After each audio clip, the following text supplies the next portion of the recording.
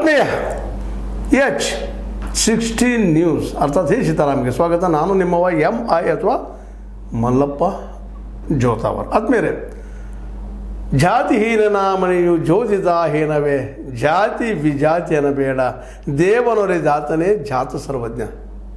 ನಿಶ್ಚಿತವಾಗಿ ಭಾಳ ಅದ್ಭುತವಾದ ಮಾತನ್ನು ನಮ್ಮ ಸರ್ವಜ್ಞರು ಹೇಳಿದರು. ಆದರೆ ಇವತ್ತು ನಾವೆಲ್ಲ ಜಾತಿಯಾಗಿ ಬಳದಾಡ್ತಾ ಇದ್ದೀವಿ. ಜಾತಿನೂ ಬಿಡ್ತಾ ಇಲ್ಲ ನಮ್ಮನ್ನು ಜಾತಿ. ಇವತ್ತು ನೋಡ್ತಾ ಇದ್ದೀರಿ ನೀವು ಸಹ.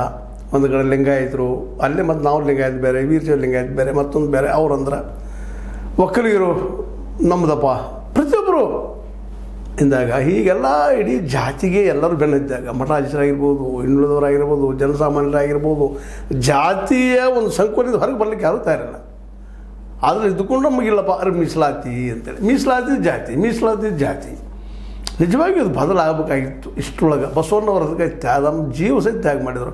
ಒಂದು ಮಾತು ಮಾತ್ರ ಸತ್ಯ, ಯತ್ನಾಳರು ಮಾತಾಡೋದ್ರಲ್ಲ, ಲಿಂಗಾಯತ ಧರ್ಮವನ್ನು ಬಸವಣ್ಣ ಸ್ಥಾಪಿಸಿಲ್ಲ ಅನ್ನುವಂಥ ಮಾತವ್ರು ಮಾತಾಡ್ತಿದ್ರು. ಹೌದು, ಯಾವ ಧರ್ಮನೂ ಅವ್ರು ಸ್ಥಾಪಿಸಿಲ್ಲ. ಅವ್ರು ಸ್ಥಾಪಿಸಿದ್ದು ದೈವೇ ಧರ್ಮವಯ್ಯ ಮತ್ತು ಹಿಂದೂ ಧರ್ಮದ ಬಗ್ಗೆ ಕರ್ಕೊಳ್ತಾ ಇದ್ದಾರೆ ಯತ್ನಾಳರವರು. ಆ ಹಿಂದೂ ಧರ್ಮದ ವಿರೋಧವಾಗಿ ಮಾತಾಡಿದಂಥವ್ರು, ಅದು ಅಷ್ಟು ಸತ್ಯದ. ವೇದ ಉಪನಿಷತ್ತುಗಳು ಟೀಕೆ ಮಾಡಿದವರು ಅದಲ್ಲಪ್ಪ, ಸಮಾನತೆ ತರುವಂಥ ಸಮಾಜವನ್ನು ಕಟ್ಟಬೇಕನ್ನೋಂಥ ಮಾತನ್ನು ನಾವು ಕಮ್ಯುನಿಸ್ಟ್ ನೆಲೆಯಲ್ಲಿ ಮಾತಾಡ್ತಾ ಇಲ್ಲ. ಇದನ್ನು ಅವ್ರು ಯತ್ನಾಳರು ಹೇಳ್ತಾರೆ, ಆ ರೀತಿಯಾಗಿ ಬುದ್ಧಿವಂತರಿದ್ದಾರೆ. ಆದರೆ ಅವರು ಹಿಂದೂ ಧರ್ಮದ ಬಗ್ಗೆನೂ ಟೀಕಾ ಮಾಡಿದ್ದಾರೆ ಅನ್ನೋದು ನಾವು ಮರಿದ ದಾಖಲಿಸಬೇಕಾಗಿದೆ. ಬಸವಣ್ಣ ಜಾತಿಗಳ ವಿರೋಧ ಹೋರಾಟ ಮಾಡಿದಂಥವ್ರು. ದುರ್ದೈವ ನಾವು ಅವರನ್ನು ನಾವು ಜಾತಿ ತಗಲಾಗ್ತಾ ಇದ್ದೀವಿ. ಅದೇನೂ ಇರಲಿ.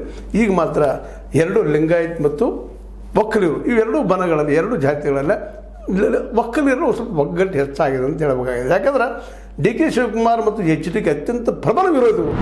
ಈ ವಿಷಯಕ್ಕೆ ಬಂದಾಗ ಒಂದಾಗ್ತಾ ಇದ್ದಾರೆ. ಇದು ಮುಂದೆ ಹಾಕಲಿ ಸರ್ವೆ ಅನ್ನುವಂಥ ಮಾತಿಗೆ ಭದ್ರಾಗಿದ್ದಾರೆ ಇಬ್ಬರು ಅನ್ನೋದನ್ನು ನಾವು ಗಮನಿಸಬೇಕಾಗಿದೆ. ಯಾಕಂದರೆ ರಾಜಕೀಯ ಬೇರೆ, ನಮ್ಮ ಜಾತಿ ಬೇರೆ ಅನ್ನೋದು ಇಲ್ಲಿ ತೋರಿಸ್ಕೊಡೋದು ನೋಡಿದಾಗ ಈ ಜಾತಿನ ಹೋಗಲಾಡಿಸೋದು ಹೇಗಪ್ಪ ಅನ್ನುವಂಥದ್ದು ಯಾರಿಗಾದರೂ ಕಾಡುವಂಥ ವಿಷಯ. ಅದೇ ಕಾರಣಕ್ಕೆ ನಮ್ಮ HDK ಅವರಂತ ವಿರೋಧ ಪಕ್ಷದಲ್ಲಿದ್ದಾರೆ, ಸಾಕಷ್ಟು ಮಾತಾಡ್ತಾ ಇದ್ದಾರೆ. ಆ ಮಾತು ಬೇರೆ. ನಾನು ಯಾಕೆ ಈ ಮಾತನ್ನ ಇವತ್ತು ಚರ್ಚೆ ಮಾಡ್ತಾ ಇದ್ದೀನಪ್ಪ ಅಂತಂದ್ರೆ, ಇವತ್ತು ಸಿದ್ದರಾಮಯ್ಯನವರು ಸ್ಪಷ್ಟವಾಗಿ ಅದನ್ನು ಮುಂದೆ ಆಗೋದಿಲ್ಲ ಅನ್ನೋಂಥ ನಿರ್ಧಾರಕ್ಕೆ ಬರೋದು ಕಾರಣ ಏನಪ್ಪ ಅಂದರೆ, 1931 ಇಲ್ಲಿವರೆಗೆ ಅದು ಮುಂದೆ ಹಾಕ್ತಾನೆ ಬಂದಿದ್ದು. ಇದನ್ನೇ ಹೊಡಿತಾರೆ, ಸಮಾಜ ಹೊಡಿತಾರೆ. ಯಾವ ಸಮಾಜ ಹೊಡಿತಾ ಇದ್ದಾರೆ ನಮಗೆ ಗೊತ್ತಾಗ್ತಾ ಇಲ್ಲ. ಇದೇ ಸಮಾಜ ಹೊಡೆಯವರು ಜಾತಿ ಬಗ್ಗೆ ಯಾಕೆ ಮಾತಾಡ್ತಾರೆ? ನಮ್ಮ ಜಾತಿದು, ನಿಮ್ಮ ಜಾತಿದು, ನೀವು ನಮಗೆ ನೀರು ಬೇಕಾಗಿಲ್ಲ, ನಿಮ್ಮ ಹೆಣ್ಣು ಬೇಕಾಗಿಲ್ಲ, ಗಂಡು ಬೇಕಾಗಿಲ್ಲ, ಯಾಕೆ ಮಾತುಗಳೆಲ್ಲ ಇವ? ಜಾತಿ ಇಟ್ಸೆಲ್ಫ್ ಇಟ್ ಅದರಷ್ಟು ಕದ ಇದನ್ನು ಸಮಾಜ ಹೊಡೆದು ಈಗಾಗಲೇ. ಈ ಮಾತನ್ನು ಐತಿಹಾಸಿಕವಾಗಿ ಪ್ರೂವ್ ಮಾಡ್ಬೋದು. ಇದನ್ನು ಎಲ್ಲಿ ಬೇಕಾದ್ರೆ ಪ್ರೂವ್ ಮಾಡ್ಬೋದು. ಮತ್ತು ನಾವು ಏನಾದರೂ ಇತಿಹಾಸದಲ್ಲಿ ಗುಲಾಮರಾಗಿದ್ದರೆ ಈ ಜಾತಿ ಅಂತ, ಅದು ನಾವು ಜಾತಿ ಬಿಡ್ತಾ ಇಲ್ಲ. ಯಾಕೆ ಇವತ್ತಿಂದ ಮೀಸಲಾತಿ ಅದು ಬೇಕಂತೇಳಿ. ಆದರೆ ಮೀಸಲಾತಿ ಎಲ್ಲರೂ ಉದ್ಯೋಗ ಸೃಷ್ಟಿ ಮಾಡ್ತದಿಲ್ಲ, ಸಾಧ್ಯನೇ ಇಲ್ಲ. ಇವರಿಗೆ SC ST ಎಲ್ಲರಿಗೂ ಉದ್ಯೋಗ ಸಿಕ್ಕಿದಾವೇನ್ರಿ? ಅವ್ರಿಗೆ ಸಪ್ರೇಟ್ ಅವ್ರು ಮೀಸಲಾತಿ ಇಟ್ಟರು ಇನ್ನೂ ಅಲ್ಲೇ ಪೂರ್ಣ ಪ್ರಮಾಣದ ಸಮಾನತೆ ಬಂದಿಲ್ಲ.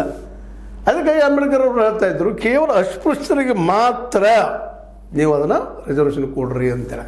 ಸ್ವತಂತ್ರವಾದ ಮೀಡಿಯಾಗೆ ಬೇಕಾಗಿರುವುದು ಸ್ವತಂತ್ರ ಧ್ವನಿ. ಆ ಸ್ವತಂತ್ರ ಧ್ವನಿ ಉಳಿಸಲು ನೀವು ಮಾಡಬೇಕಾದದ್ದು ಇಷ್ಟೇ. ಅದೇನಪ್ಪಾ ಅಂತಂದ್ರೆ, ನಿಮ್ಮ ಕೈಲಾದಷ್ಟು ಸಹಾಯ ಈ ಚಾನಲ್ಗೆ ಮಾಡಿ ಹಾಗೂ ನಿಮ್ಮ ಧ್ವನಿಯನ್ನು ಕಾಪಾಡಿಕೊಳ್ಳಿ. ಅಸ್ಪೃಶ್ಯ ಜಾತಿ ಹೇಳೋದಿಲ್ಲ ಅವರು. ಇದು ನಾವು ಇವತ್ತು ಗಮನಿಸ್ತಾ ಇಲ್ಲ. ನಮ್ಮ ರಾಜಕಾರಣಿಗಳು ಎಲ್ಲ ಹಳ್ಳ ಹಿಡಿಸಿದ್ರು. ಇವತ್ತು ನೋಡ್ರಿ, ಸಿದ್ದರಾಮಯ್ಯ ಇರೋರು, ಮೋದಿ ಅವರು ಇರಲಿ, ಅಥವಾ ಇಲ್ಲಿ ನಮ್ಮ DK ಶಿವಕುಮಾರ್ ಅವರು ಇರಲಿ, ಇನ್ನೊಬ್ಬರು ನಮ್ಮ HDK ಇರಲಿ, ಮತ್ತೊಬ್ಬರು ಇರಲಿ, ಎಲ್ಲರೂ ಇರಲಿ, ಸತೀಶ್ ಜಾರಕಿಹೊಳಿ ಅವರು ಇರಲಿ, ಎಲ್ಲರೂ ತಾವು ಅಹಿಂದರು, ಜಾತಿವಾದಿಗಳು ಎಲ್ಲರೂ ಪ್ರಚಾರ ಮಾಡ್ತಾರೆ ವಿನಃ ಅದನ್ನು ಮುರಿಯುವಂಥ ಕೆಲಸವನ್ನು ಯಾರೂ ಮಾಡ್ತಾ ಇಲ್ಲ. ಯಾಕಂದ್ರೆ ನಮ್ಗೆ ಆಘಾತದಪ್ಪ, ನಮ್ಮ ಹೋಡ್ ತಪ್ತಾವ ಅನ್ನೋದು ಎಲ್ಲರೂ ಭಯ. ಅದೇನೂ ಇರಲಿ. ಈಗಂತೂ ಒಕ್ಕಲಿಗರ ಒಂದು ಒಮ್ಮತದಿಂದ ಅವರು ಒಗ್ಗಟ್ಟು ಮಾತ್ರ ಕಂಡದ. ಆದರೆ ಲಿಂಗಾಯತರಿಗೆ ಕಾಣ್ತಾ ಇಲ್ಲ. ಒಂದು ಯತ್ನಾಳರು ಒಂದು ರೀತಿ ಮಾತಾಡ್ತಾರೆ, ಮತ್ತೊಂದು ಮಾತಾಡ್ತಾರೆ, ಜಾಮದಾರ್ ಅವರು ಮತ್ತೊಂದು ರೀತಿ ಮಾತಾಡ್ತಾರೆ, ಇನ್ನೊಬ್ಬರು ರೀತಿ ಮಾತಾಡ್ತಾರೆ. ಒಟ್ಟಿನಲ್ಲಿ ವೀರಶೈವ ಇವರು ನಮ್ಮ ಲಿಂಗಾಯತ ಬೇರೆ ಅಂತ ಒಬ್ಬರು ಹೇಳ್ತಾರೆ, ಎರಡು ಕೂಡಿ ಹೇಳ್ರಿ ಅಂತ ಒಬ್ಬರು ಹೇಳ್ತಾ ಇದ್ದಾರೆ. ಅವ್ರ ಹೆಸರು ಹೇಳೋ ಅವಶ್ಯಕತೆ ಇಲ್ಲ.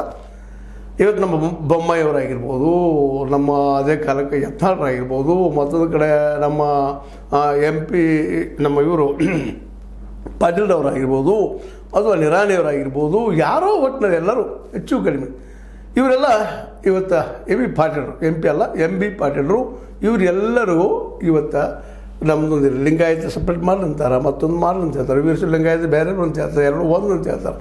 ಅವು ವೈಚಾರಿಕವಾಗಿಯೂ ಇಲ್ಲ, ಅದು ಕೇವಲ ತಮ್ಮ ರಾಜಕೀಯ ಹಿತಾಸಕ್ತಿ ಕಾಪಾಡಿಸೋಕೆ ಇದೆಲ್ಲ ನಡೀತಾ ಇದ್ದಂಥ ಒಂದು. ಇಂಥ ಮನಸ್ಸತ್ತಿದ್ದಾಗ ಈ ದೇಶದಲ್ಲಿ ಶಿಕ್ಷಣಕ್ಕೆ ಆದ್ಯತೆ ಯಾರು ಕೊಡ್ತಾರಪ್ಪ ಅನ್ನುವಂಥ ಒಂದು ಮನಸ್ಸಿಗೆ ರೇಜಿಗೆ ಅನ್ನಿಸ್ತದಂತ.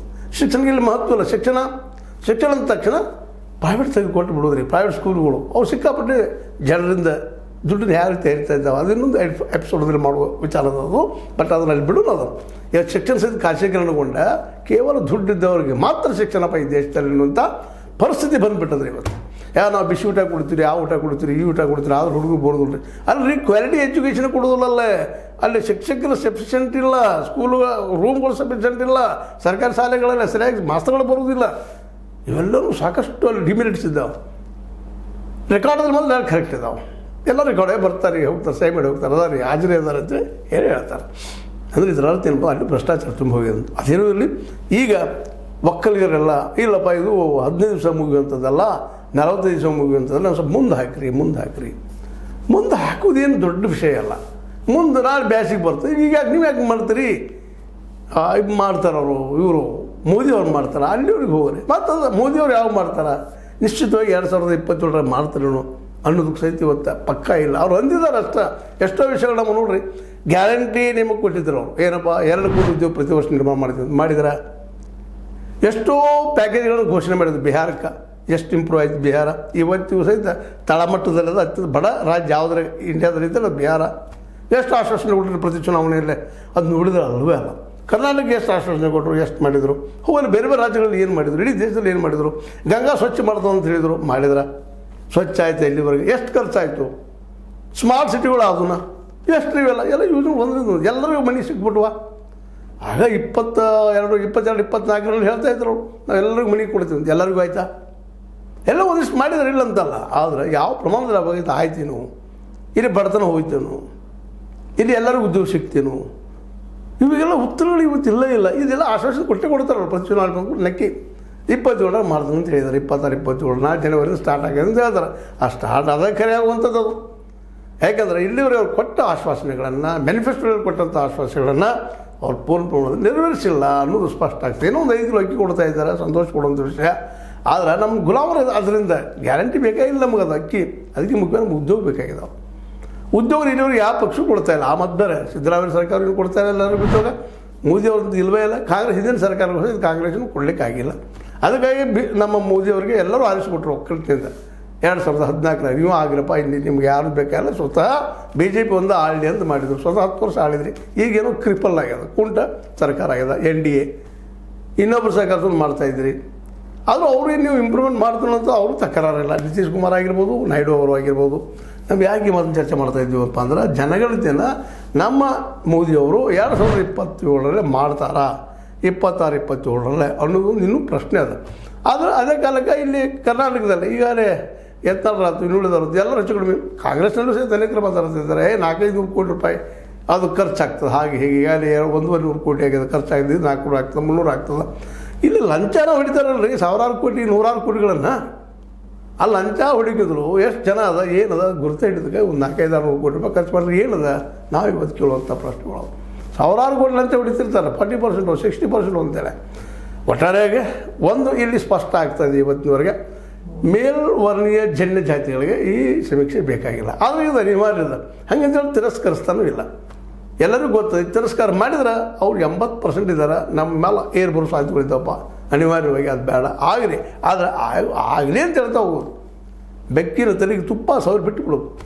ಹಂಗೆ ಬೇರೆ ಬೇಕಾದ್ರು ಇಲ್ಲೇ ತುಪ್ಪದ ಅಂತೇಳಿ ಹಂಗೆ ಇಲ್ಲೇ ಸರ್ವೆ ಆಗ್ತಂತ ಹೋಗುವಂಥದ್ದು ಆಗಬಾರ್ದು. ಇದು ಕಾರಣ ಏನಪ್ಪ, ಸಿದ್ದರಾಮಯ್ಯರು ಈಗ ಪಾಪ ಕಾಂತರಾಜ್ ವರದಿನ ಮಾಡಿದ್ರು, ರಿಪೋರ್ಟ್ ಕೊಟ್ಟಿದ್ರು, ಅವು ಏನೇನೋ ಮಾಡಿ ಅದಕ್ಕೆ ಹಾಳಾಗಿ ಗೋಪಾಳ ಮಾಡಿ ಓದ್ಬಿಟ್ರು. ಗೊತ್ತದ ನಿಮಗೆ, ವೈಜ್ಞಾನಿಕ ಇಲ್ಲರಿ, ಎಲ್ಲರ ಮನೆಗೆ ಬಂದಿಲ್ಲರಿ, ಹಾಗ್ರಿ ಹೀಗ್ರಿ ಏನೋ ಮಾಡಿ ಕಡಿಕ ನಮ್ಮ ರಾಹುಲ್ ಗಾಂಧಿ ಅವರು ತಿಳಿ ಕೆಟ್ಟು ಬೇಡಪ್ಪ ಇನ್ನೊಮ್ಮೆ ಆಗಲಿ ಅಂದರು. ಮತ್ತು ಈಗ ಅದನ್ನು ಮುಂದೆ ಹಾಕ್ಸಕ್ಕೆ ನೋಡ್ತಾ ಇದ್ದಾರೆ. ಇದು ಎಷ್ಟು ಮಟ್ಟಿಗೆ ಪ್ರಾಮಾಣಿಕ ಅಂತ. ಅವ್ರು 15 ದಿವಸ ಆಗೋದಿಲ್ಲ, ಎಲ್ಲರಿಗೂ ಗೊತ್ತಾಗ್ತದೆ, ಸಹಜ ಗೊತ್ತಾಗ್ತದೆ. 15 ದಿವಸದೊಳಗೆ ಸೂಚಿ ಒಳಗೆ ಎಲ್ಲ ಈ ಸರ್ವೆ ಆಗೋದಿಲ್ಲ, ಟೈಮ್ ತೊಗೊಳ್ಳಿ ಆಗಲೊಮ್ಮೆ ಬಗೆಯಿಲ್ಲ ಅಂತ ಎಲ್ಲರೂ ಅನ್ಬೇಕಾಗಿದೆ. ಒಂದು ಮುಗಿಲಿಲ್ಲ ಅದು. ನಮ್ಮ ಎಷ್ಟಿದ್ದಾರಪ್ಪ ಅನ್ನೋದು ಗೊತ್ತಾಗಲಿ. ಯಾರು ಬೇಕು ಮತ್ತು ವೈಜ್ಞಾನಿಕ ಮುಂದಿನ ಮಾತು ಚರ್ಚೆ ಮಾಡೋದಿದ್ದೇ ಇರ್ತದೆ. ಬಟ್ ಮೊದಲು ಸರ್ವೆ ಆಗಲಿ. ಯಾಕೆಂದರೆ ಮೊದಲು ಪಾಪ ಅವ್ರಿಗೆ ಮಿನಿಮಮ್ ನಾವು ಇವತ್ತು ರಿಸರ್ವೇಷನ್ ಕೊಡ್ತಾಯಿದ್ವಿ. ಇಲ್ಲಾಂದ್ರೆ ಉದ್ಯೋಗ ಕೊಟ್ಬಿಟ್ರಿ ಎಲ್ಲರಿಗೂ. ಉದ್ಯೋಗ ಸೃಷ್ಟಿ ಮಾಡುವಂಥ ಕ್ಷೇತ್ರ ಹೋಯ್ತು ನಮ್ಮಲ್ಲೇ, ಅದನ್ನು ಹುಡುಕ್ತಾ ಇಲ್ಲ. ಹೀಗಾಗಿ ಈಗ ಮೀಸಲಾತಿ ಸಲುವಾಗಿ ಏನು ಒಂದು ಸರ್ವೆ ಮಾಡ್ತಾಯಿದ್ದಾರೆ. ಈ ಸರ್ವೆ ಹೌದು ಜಾತಿ ಸರ್ವೆ ಅಂತ ಅಲ್ಲಂತವ್ರು ಹೇಳ್ತಾರೆ. ಆದರೆ ಇರೋ ಜಾತಿ ಸರ್ವೆನ ಬೇರೆ ಎಲ್ಲರಿಗೂ ಗೊತ್ತಾಗ್ತದೆ ರೀ. ಹಳೆ ಅಲ್ಲ ಮಗಳ ಗಂಡ ಅಂದಂಗೆ ಅದೇನೋ ಆಗಿರೋ ಒಟ್ಟಲ್ಲಿ ಈ ಸಮೀಕ್ಷೆ ಮುಂದೂಡುವುದರಿಂದ ಸಮಸ್ಯೆ ಸಾಲ್ವ್ ಆಗುವುದಿಲ್ಲ. ಅದು ಆಗುವುದಿದ್ರೆ ಹಾಕಿಬಿಡಲಿ. ಬರುವುದೇನೆಂಟೊಮ್ಮೆ ಬರುವ ಕಾಲಕ್ಕೆ ಬಹುದು ಬಯಕೆ ಬರುವುದರ ಕನಸನ್ನೇ ಕಾಣುವಂಥ ಈಗ ಬಯಕೆ ಅದ ಜಲ್ದಿ ಮುಗಿಲಿ. ಮುಗಿದ ಮೇಲೆ ಮುಂದಿನ ಮಾಡಲಿ. ಒಟ್ಟಿನಲ್ಲಿ ಎಲ್ಲರಿಗೂ ಅವ್ರವ್ರು ಎಷ್ಟು ಜನ ಇದ್ರು ಗೊತ್ತೇ ಆಗಲಿ ಕಡಿಕ ಅಂತ ಹೇಳ್ತಾ ಅದು ಅನುಕೂಲ ಆಗಲಿ ಜನಕ್ಕೆ ಅಂತ ಹೇಳ್ತಾ ಇದು ನಿಮ್ಗೆ ಲೈಕ್ ಆಗಿರ್ಬೋದು, ಲೈಕ್ ಆಗದೇ ಇರ್ಬೋದು. ಲೈಕ್ ಮಾಡಿ, ಶೇರ್ ಮಾಡಿ, ಕಮೆಂಟ್ ಮಾಡಿರಿ. ಜೊತೆಗೆ ಸಬ್ಸ್ಕ್ರೈಬ್ ನಿಲ್ಲಿಸ್ಬೇಡ್ರಿ. H16 ನ್ಯೂಸ್ ಅರ್ಥ ಸತ್ಯದ ಕೈಗಂಡೆ ವಂದನೆಗಳು.